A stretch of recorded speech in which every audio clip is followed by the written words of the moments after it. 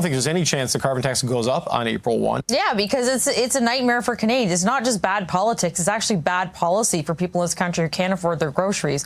Things are getting funny around here. Welcome back to Moose and Loose. My name's David. Today we got the dirtiest polling data we have ever seen, probably the dirtiest polling data ever to come out in Canada. There's a lot of moving parts. There's a lot of ministers being interviewed. There's a lot of talk of scrapping the carbon tax before the election. And we've got a Liberal MP coming out and admitting that the CBC is essentially paid off and will be helping them on their journey to try to get elected. Let's jump into this. So first off, let's start with this one from Shreya Teest. This is the new EKOS poll. You can see latest poll modeled out, 249 seats for the Liberals, 92 seats for the Conservatives. Frank Graves here trying his best to sway public opinion with garbage data. So what's that coming from? 48% for the Liberals, 31.5% for the Conservatives. Don't believe this. This is absolute filth and nonsense. This should be illegal to put this out as a serious poll. This is ridiculous. I'll go on the record here and bet my life that this is not true. More polls coming in, made in China, duh. Bloc only get 1 seat. Frank is hitting the sauce hard. I want Carney to take it as gospel and call an election with full confidence, then get obliterated in a federal election. That's what's going to happen. We take a look at this one here. Shreya T says this poll was deleted. This also coming from Frank Graves here. Look at this. This is what their poll is. Yeah, suddenly it just spiked to the moon. This should be against the law. This is just ridiculous. You got Mark Nixon zooming in here. I thought this was funny. He's saying here, do you honestly believe 100% will go to the Liberals in the lower mainland here? Victoria, Okanagan, yeah, no. And just think, provincially, there's no Liberal Party in British Columbia. They dissolved last year. And we got this one latest EKOS poll modeled out.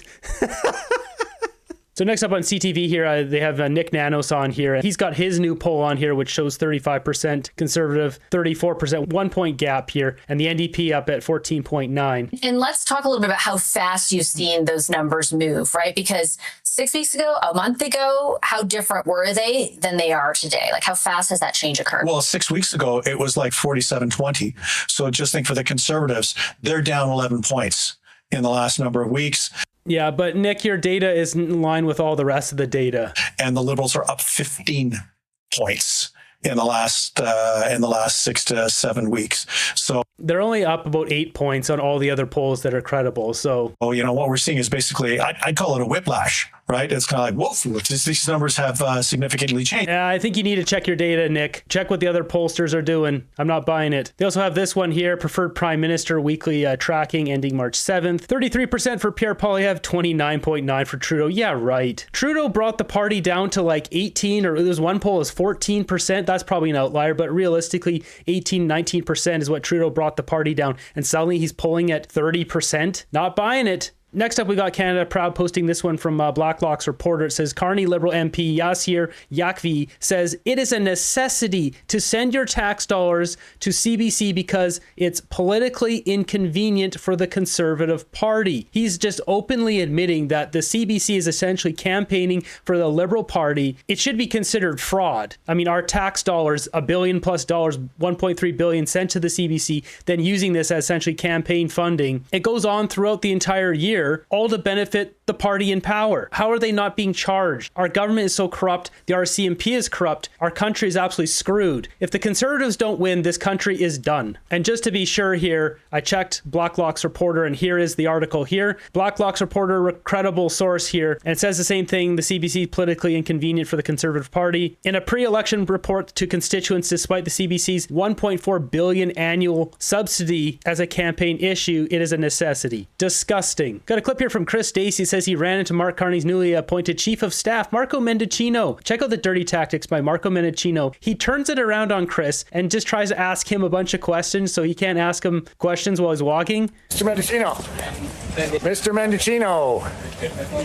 Are we going to be getting an election anytime soon, you think, Mr. Mendicino? How you doing? How's it going? Hey, not bad. It's been a while, eh? You all right? Yeah, I'm doing okay. You enjoying the weather? I am. I am. Watch yourself. Yes, I will. Don't bump into people there. Marco Mendicino is a seasoned veteran. Good meeting in there? Yeah, it's all good. How are you doing? I'm doing okay. How long have you been up here for? Today, not long. I did want to ask you about that comment you made about using a tank on Canadian citizens. How are you? Hey. During the Freedom Convoy, you mentioned using a tank on Canadian citizens. Was that a joke? Or? Hello. How are you? Wasn't a joke. It should be against the law to ignore citizens if they're asking a question on the street. Answer the question. Was it a joke? Nope. Election anytime soon? Anything? We'll see. The fact he didn't answer the question basically says that it's not a joke. Give me something, man. These guys have been so completely isolated, right? Like, we're getting nothing from mainstream media. We can't get near newly appointed Mark Carney. Watch out. Yeah, thank you. Careful. Are you still retired, or are you running again? Oh, I'm not retired. Are you running again? I'm working hard. Yeah, I mean, you did seem pretty relaxed. Now You saw what I said. I'm not running again, but I'm working. Okay. Watch out. I'm crossing the street here. Take care. All right, you take care too. Yeah. We need an election.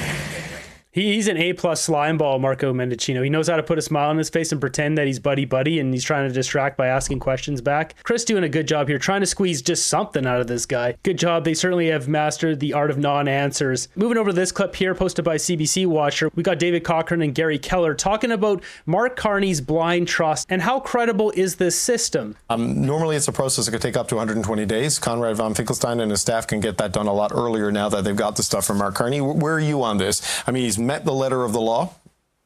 Problem solved?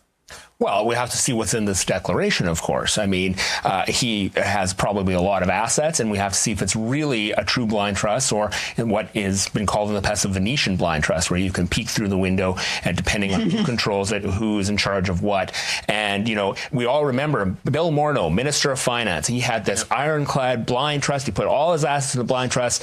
He forgot about the villa in Provence that he owned. You know, it just slipped off the radar. Well, he forgot to declare that the ownership of the villa in France was through a company rather than held personally. Sure. Right?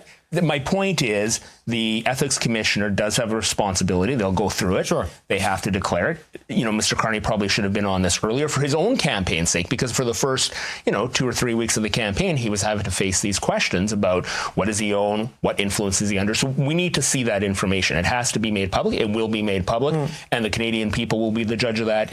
It'll be likely happening, though, in an election campaign, which could be either a positive for him or could be a negative if it's unclear. But this is the standard Stephen Harper had to meet, Joe Oliver, John Baird, Jim Flaherty all had to meet. So if he's met that standard, is that it seems that's enough under the laws.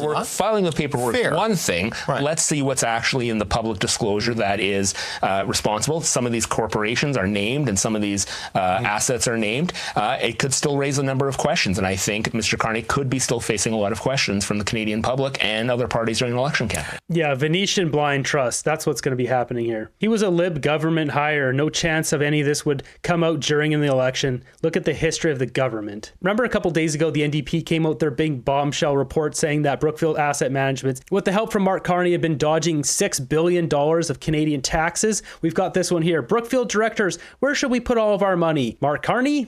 Bahamas, New Zealand, Sigmund, Panama, Sigmund, Panama, Bahamas, Sigmund, United States, Bahamas, Cayman, Bahamas, Caribbean, Bermuda, Sigmund, Bermuda. Everywhere but Canada. And we got this one here. Yves Francois Blanchette says, although we're not in a military conflict with the U.S., Canada remains a NATO member, as does an independent Quebec. But we have to consider the whole picture of Canada being member of NATO, and an independent Quebec would be member of NATO also, with its responsibilities, and Europe being left almost alone, facing Russia, protecting Ukraine. So we have to think about the way we see our own futures in terms of military.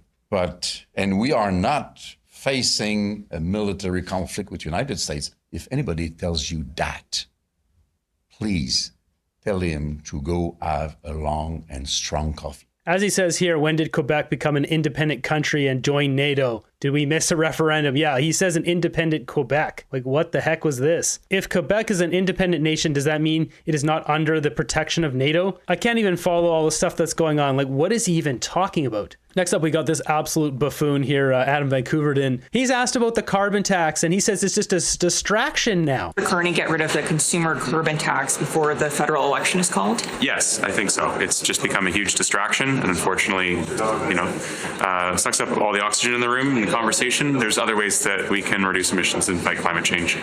then why haven't you been doing that? You guys have been stealing our money and putting people into poverty. That aren't so divisive and toxic.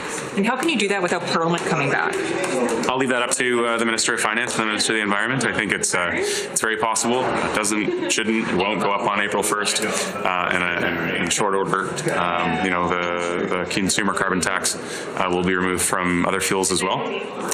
My concern, as somebody that is concerned about vulnerable people, is that students and seniors and young people and families depend on the rebate. So we want to make sure that we are there for families. And would that This guy is just the worst of the worst. Look at this posturing, pompous, smug dingbat. He's an absolute dingbat. Best way to stop emissions, take away the elite's private jets. How about that? Exactly. There was a report came out, just take away the elites, their jets and all their carbon burning stuff, and it reduces greenhouse gases significantly. This is an actual textbook gaslighting in real time. Translation, we stole your money under a scam, but now that the scam is no longer working, we'll change the name to sound better. Reduce emissions in a country that has twice the amount of trees required to handle our emissions. Make this make sense. China and India combined output 45% and growing of global emissions. So they would come back and argue, well, we have forest fires, then the amount we absorb goes drastically down. It doesn't matter though. Regardless, Canada doesn't affect the climate 1%, 1.5%. It's all been a scam from the beginning. Next up, we got this one from Shazzy Goli. It says, Trump wants to slap massive tariffs on cars from Canada, but here's the catch. Moving a single factory to the United States would take 3 to 4 years and cost at least $4 billion. Meanwhile, the auto industry bleeds money. Who's paying for that? A plant from one country to another, have it done overnight. I've done some game planning, or asking for a game plan from people who work with the automakers. Minimum to set up a new plant, 3.5 to 4 years. Minimum cost, $3.5 billion, maybe $4 billion. Basically, there's no way to just ride this out for 4 years. Trump will be out. So unless JD Vance wins afterwards and continues this on, the strategy really should be a lot softer and incentivize companies to move to America, but essentially mandating it when it takes 4 years to switch doesn't work when a president's mandate is only 4 years. US and Japanese automakers in Canada would gradually relocate to the US or Mexico even without tariffs. Canada's political environment is unstable for any business, from auto parts to small restaurants. That's it. If we get another liberal government in our country, you will see the biggest mass exodus of not only people, but businesses moving anywhere else, America, but anywhere else in the world. It will be the fall of Canada, at which point it might get annexed. Canadians voting liberal, if you want to get annexed, vote liberal again. So we got another clip here talking about the carbon tax on CBC. Hot button topic here since we're getting close to the increase. Amanda, Stephen Guilbeault scrummed after Cabinet today, say they're trying to find ways as soon as possible to scrap the consumer carbon tax, which is a whole series of words I never expected to say on national television.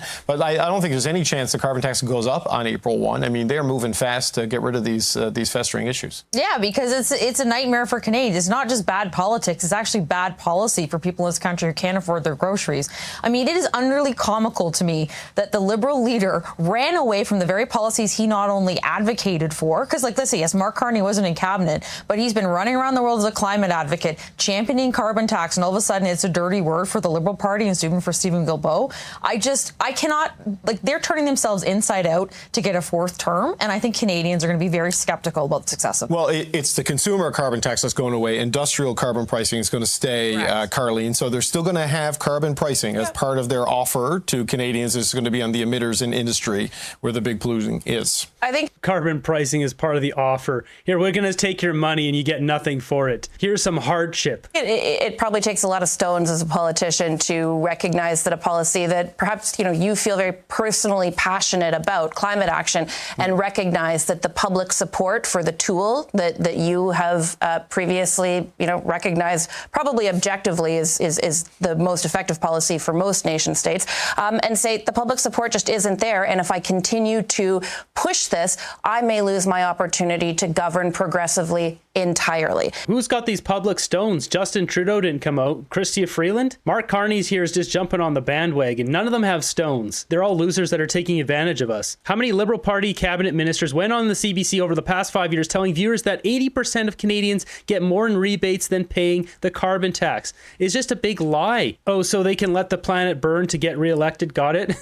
The carbon tax won't be killed. They're just moving it to a hidden tax. Exactly. Long-winded way of saying Poilievre was right. Next up on CBC here, they bring on Lisa Raitt. She's a conservative who dishes it straight here to David Cochrane. Charitable description of the pivots on all of the policies is that they're responding to the changing mood in the country. The less charitable is that this is cynical opportunism, that they've got to do it because their careers are on the line. I don't know how you define it. How do you think voters will react to it? Do they care that there may be hypocrisy and self-interest here as long as the things they didn't like go away? Well, we're going to find out. But I think the other way of characterizing it is that they're taking the advice of Pierre Poilievre over that of Mark Carney, because Mark Carney at the beginning was saying, let's go carbon tax, and didn't say anything against the capital gains tax. Yet it was Pierre Poilievre who was actually bringing to the attention of Canadians the difficulties with these and bringing the voice of Canadians to Parliament and questioning the government on it. And now they have found religion and they are going in that direction, and they all stood up and applauded it. So you're being, I think, quite generous in how you describe it. Other people would have a different word than hypocrite, but it's for them. But I do want to, I need to address one thing. I know Vandana brought up the security clearance thing. I think as well, you're going to hear a lot about the ethics questions around Mark Carney and whether or not he's disclosing his financial holdings. The piece that bothers me that is missing, the reason why members of parliament or office holders disclose what they have in their portfolios is to set the baseline to ensure that there's no insider trading on information you may receive as an MP. That's the piece that's missing. It's not about what he's holding stock in. Other people may care about that. What I want to know and what I'd like to track is that nobody's making money off of decisions that he's privy to that no one else is. And yeah, she's totally right. It's that baseline. If we know what his baseline is, if he's worth $100 million and in 3 months from now he's worth 150, and we can make direct ties from what he's doing in the government, connecting the government of Canada to businesses or investments he has, he's 100% on point here. So that interview was filmed a couple days ago, and since then Mark Carney has come out and put his assets into a blind trust. It's just a matter of waiting now and taking a look at what those are. Has he disclosed everything? Is this a dirty blind trust, a Venetian blind trust as they call it? We'll have to wait and see what the ethics commissioner says. Next up, we've got David Eby. This guy's just a disaster every single day. He's now banning all the stumbling juice, not just from the red states anymore. But first off, just check out the start of this press conference. Hey, everybody. We ready to go? Great. Good morning. Good to see everybody. It's just so fitting with this bumbling buffoon. About a week ago, we announced taking liquor products and other products made in Republican states off of the shelf here at the liquor store and at all of our public liquor stores across the province. Since then, we have seen a threat of additional tariffs on the dairy industry, an investigation into our lumber industry by the president with the aim of adding even more tariffs. Okay, so the lumber industry is ridiculous because we don't have tariffs on American lumber. The dairy tariffs are fair because our dairy tariffs are crazy on America. None of these politicians ever point out how things actually are. And disturbing articles in the New York Times and other places about the president threatening to redraw our borders and pursue Canadian water. The reaction of many British Columbians, myself included, is if the president's so interested in Canadian water, then we're going to help him out by letting him keep his watery beer.